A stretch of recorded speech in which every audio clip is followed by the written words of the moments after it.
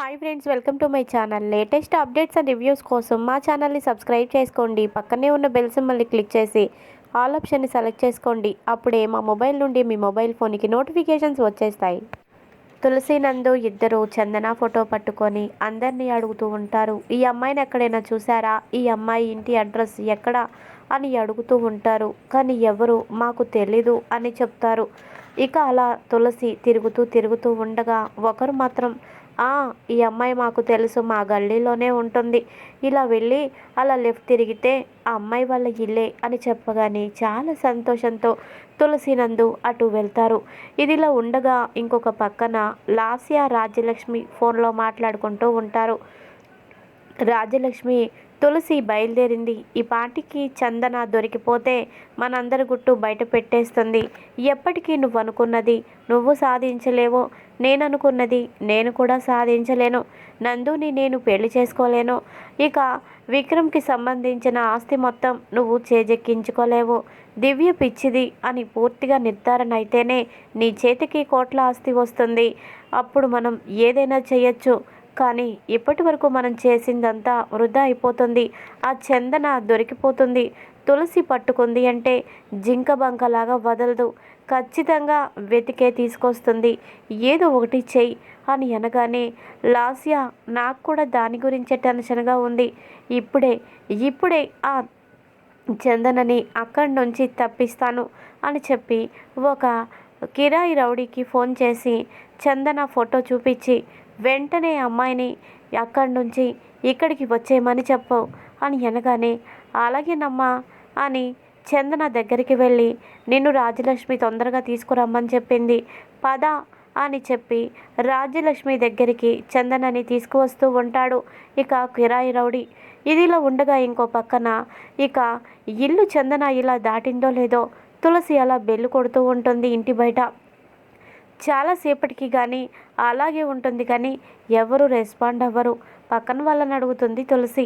ఈ ఇంట్లో ఈ అమ్మాయి ఉంటుందని చెప్పారు, కానీ ఇందాకటి నుంచి డోర్ కొడుతుంటే ఎవరు తీయడం లేదు అని అంటే, అవునా, ఎవరు తీయడం లేదా, లోపల ఆ అమ్మాయి సంబంధించిన వృద్ధ తండ్రి ఒక్కడే ఉంటాడు, తనకి తల్లి లేదు అని అనగానే అయ్యో పాపం, మరి అందుకనేనా ఆయన ఇప్పుడు డోర్ ఓపెన్ చేయడం లేదు అని అంటే, అమ్మాయి ఉండాలే ఇప్పటిదాకా, లేదేంటి అని అంటుంది.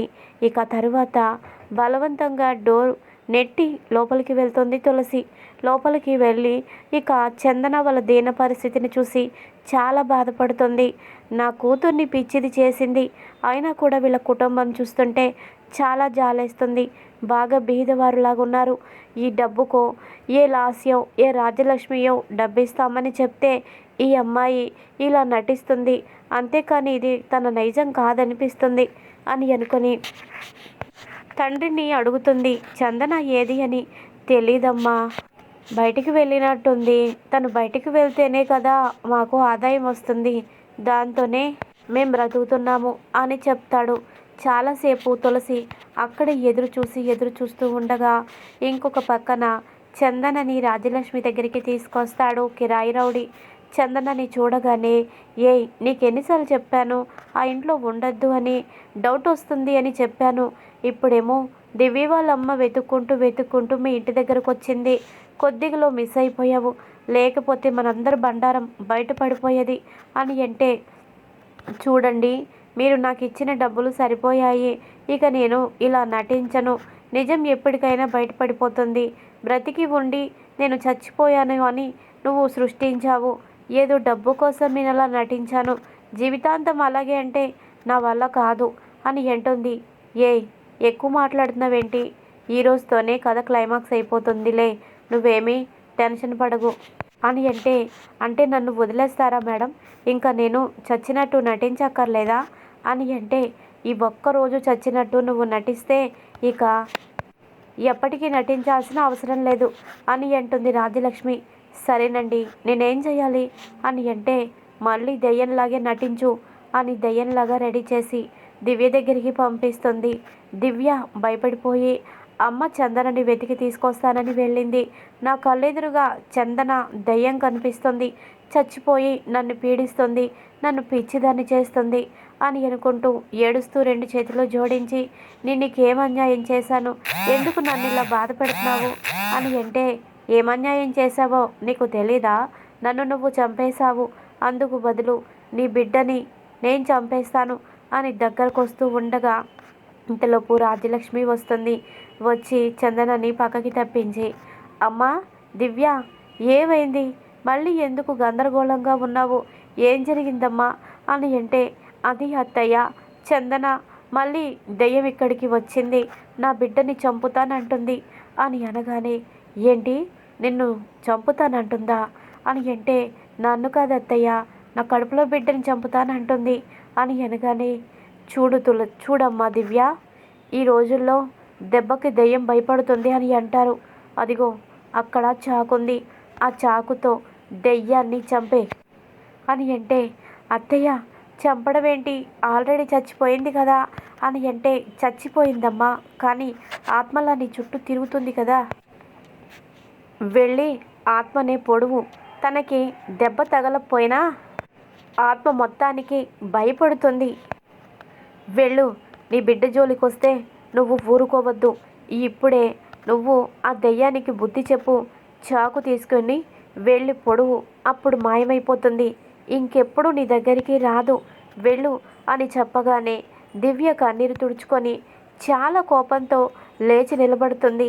నిజమే అత్తయ్య గారు, మీరు చెప్పింది, చాలా రోజుల నుంచి నేనే తప్పు చేయకపోయినా నన్ను పట్టి పీడిస్తుంది, విక్రమ్ని చంపుతానని బెదిరిస్తుంది, నన్ను పిచ్చిదాన్ని చేసింది, నా జీవితమే తలకిందులు చేసింది, డాక్టర్గా పేషెంట్లని బాగు చేస్తూ ఎంతో పేరుగా బతికిన నన్ను ఈరోజు పిచ్చిదాన్ని చేసింది ఈ చందన దయ్యం, అది సరిపోదు అన్నట్టు నా కడుపులో బిడ్డని కూడా చంపాలని చూస్తుంది, ఊరుకోను, అస్సలు ఊరుకోను, మీరు చెప్పినట్టే చేస్తాను, ఆత్మే కాబట్టే ఈ కత్తి చూపిస్తే ఖచ్చితంగా ఇంకోసారి రాదు అని అనగానే, ఇంకెందుకు ఆలస్యం, వెళ్ళి ఒక్క పోటు పొడు అని అంటుంది.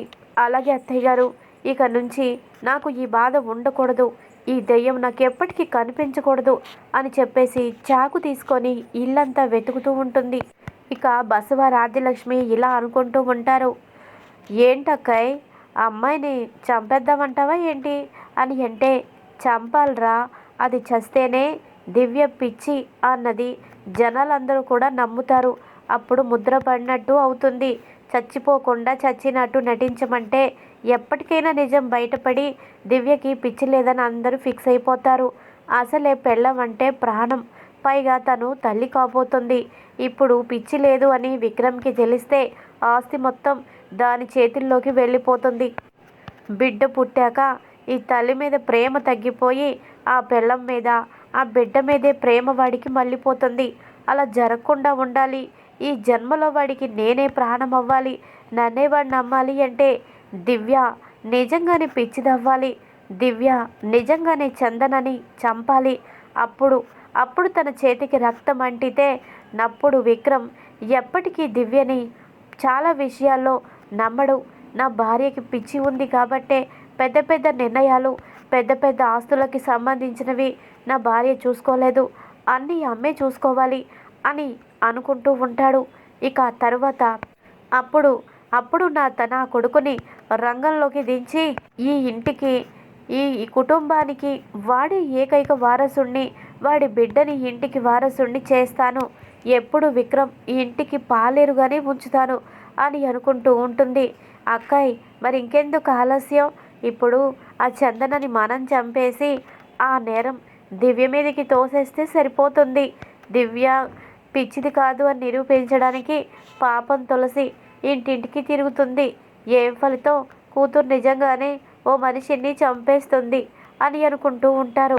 ఇక బసవ రాజ్యలక్ష్మి ఇద్దరు చందనకి తెలియకుండా ఓ పెద్ద కర్రని తీసుకొని నెత్తి మీద గట్టిగా కొడతారు.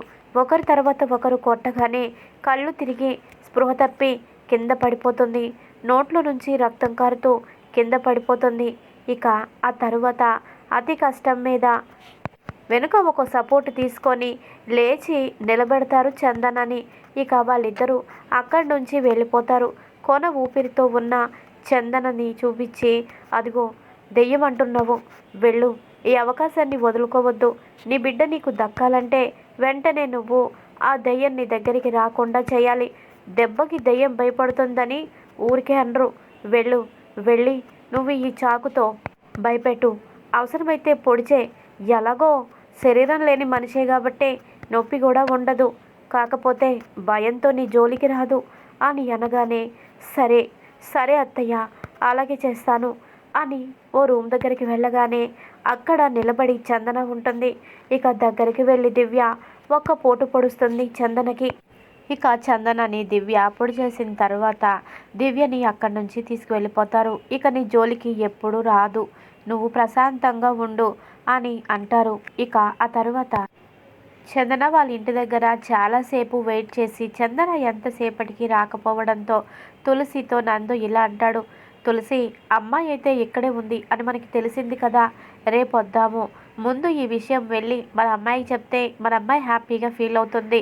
అమ్మ నాన్న వెళ్ళి అమ్మాయిని ఇంటికెళ్ళి చూసి వచ్చారు అంటే నాకు ఏ మానసిక సమస్య లేదు, అమ్మాయి బ్రతికే ఉంది అని హ్యాపీగా ఫీల్ అవుతుంది. వెంటనే వెళ్ళి మనం దివ్యతో చెప్దాం పదా అని అనగానే, సరేనండి ఇప్పుడే వెళ్దాము అని ఇద్దరు తిన్నగా రాజ్యలక్ష్మి ఇంటి దగ్గరకు వస్తారు. ఇంటి దగ్గరికి వచ్చి దివ్య కోసం చూస్తూ ఉండగా ఇంతలోపు దివ్య చీరకి రక్తం, అలాగే తన చేతిలో కత్తి ఉంటుంది. అది చూసిన తులసి షాక్ అవుతుంది. ఏంటి ఏంటమ్మా నీ చేతిలో ఈ కత్తి ఏంటి, ఏం జరిగిందమ్మా అని అంటే, అమ్మ చాలా రోజులుగా ఆ చందన నన్ను ప్రశాంతంగా బతకనివ్వడం లేదు. ఆత్మ నా చుట్టూ తిరుగుతుంది, నా బిడ్డని చంపేస్తానని చెప్పింది. అందుకనే ఆత్మ రాకుండా నేను భయపెట్టాను. అత్తయ్య ఈ చాకుతో తనని బెదిరించమని చెప్పింది, నేను పొడి చేశాను అని అనగానే గుండె ఆగిపోయినంత పనవుతుంది తులసికి. నందు కూడా షాక్ అవుతాడు. ఏం మాట్లాడుతున్నావమ్మా, ఆత్మని చంపడం ఏంటి, అసలు ఏంటిదంతా అని అంటాడు. ఇక ఆ తర్వాత, ఏంటి తులసి, ఏమి ఎరగనట్టు అలా నటిస్తున్నావేంటి, పాపం అన్యం పుణ్యం ఎరుగని ఒక ఆడపిల్లని మీరు పొట్టన పెట్టుకుంటారా, మీరు అసలు మనుషులేనా, ఇంత కర్కోటకులా, చి మీరు ఇలాంటి వాళ్ళని తెలియక మా అబ్బాయికి మీ అమ్మాయినిచ్చి పెళ్లి చేయమని అడిగాము, ఇలాంటి హంతకులని మాకు తెలీదు. నువ్వేమో ఫోటో పట్టుకొని ఇంటింటికి అడిగి వెళ్ళి అమ్మాయి అడ్రస్ కనుక్కున్నావు.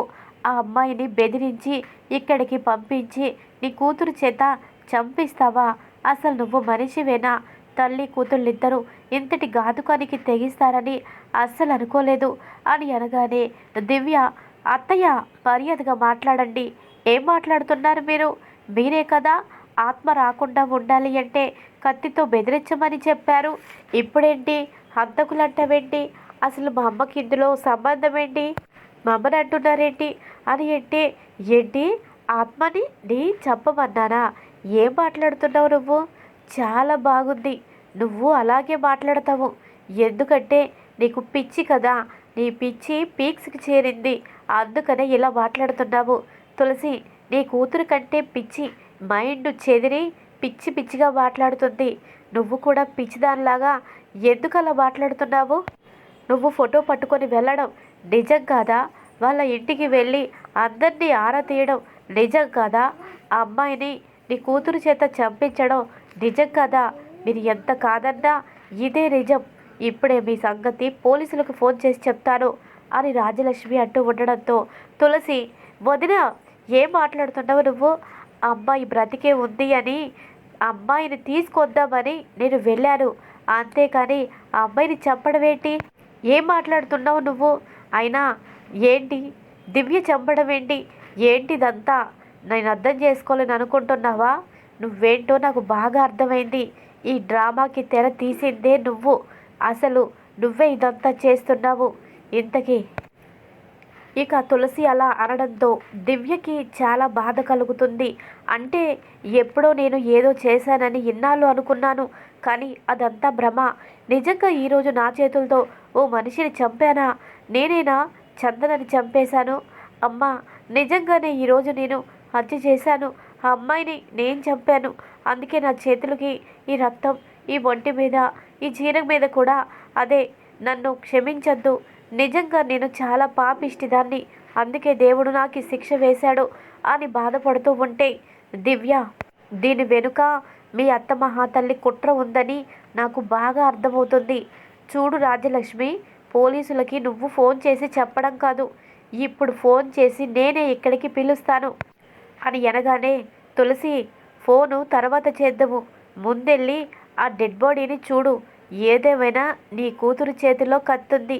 ఆ కత్తి మీద నీ కూతురు అచ్చు కూడా ఉంటుంది, చేతి అచ్చులు. వాళ్ళు వచ్చారంటే నిన్ను, నీ కూతుర్ని ఇద్దరిని లోపల వేసి చాలా కాలం చిప్పకుడు తినిపిస్తారు అని అనగానే, చిప్పకుడు ఎవరు తింటారో ముందు ముందు కాలమే నిర్ణయిస్తుంది. ఎక్కడ ఎక్కడ జరిగింది, చందన ఎక్కడుంది అని వెళ్తుంది. అపస్మారక స్థితిలో కొన ఊపిరితో చందన ఉంటుంది. రాజలక్ష్మి వాళ్ళు మాత్రం చచ్చిపోయిందని అనుకుంటారు. అమ్మయ్య, మొత్తానికైతే ఈ హత్య దివ్య చేతికి అంటించేశాము. ఏదేమైనా దివ్య జైల్లో ఉండాల్సిందే. తను జైల్లో ఉన్న ఈ కొన్ని రోజుల్లోనే ఆస్తి మేము చేజిక్కించుకుంటాము అని చాలా సంబరపడిపోతూ ఉండగా, తులసి మాత్రం ఎందుకో అనుమానం వచ్చి అంబులెన్స్కి ఫోన్ చేసి చందనని హాస్పిటల్కి తీసుకువెళ్తుంది. ఏంటక్కాయ్, తులసి పిచ్చిదా ఏంటి? చచ్చిందని తీసుకొని హాస్పిటల్కి వెళ్తుందేంటి?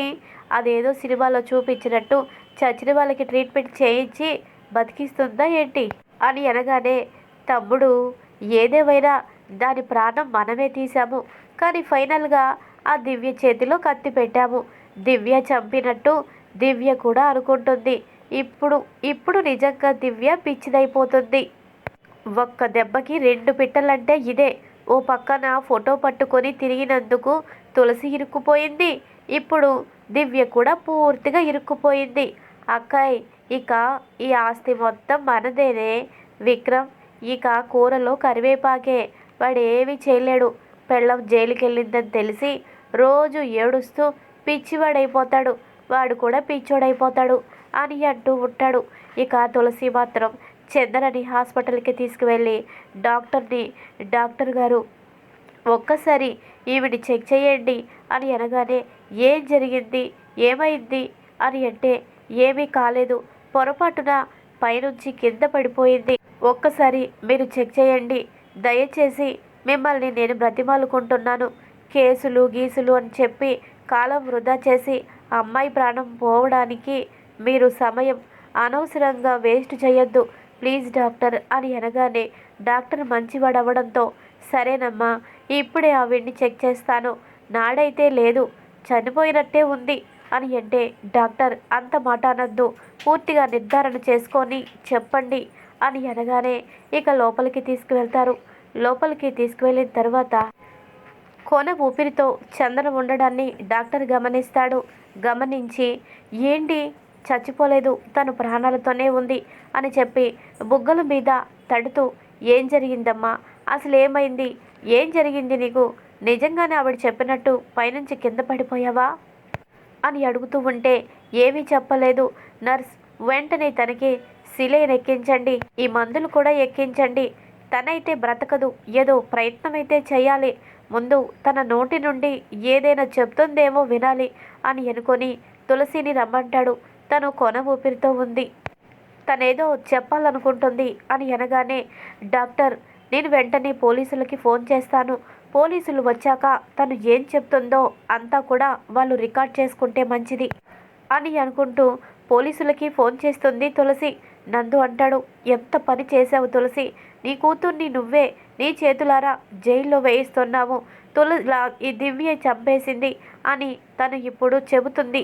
అప్పుడు మన దివ్యని జైల్లో వేస్తారు, ఎంత పని చేసావు తులసి అని అంటే, లేదండి, ఖచ్చితంగా దివ్య పని అయితే అయి ఉండదు, ఇదంతా రాజలక్ష్మి కుట్రే, మన అమ్మాయి గురించి అని వదిలేస్తే అసలు దోషులు తప్పించుకుంటారు, మన కూతుర్ని దోషిగా నిలబెడతారు, మన అమ్మాయి ఖచ్చితంగా చంపి ఉండదు, రాజలక్ష్మియే చంపి ఉంటుంది, ఆ నమ్మకంతోనే పోలీసులకి ఫోన్ చేసి రమ్మన్నాను.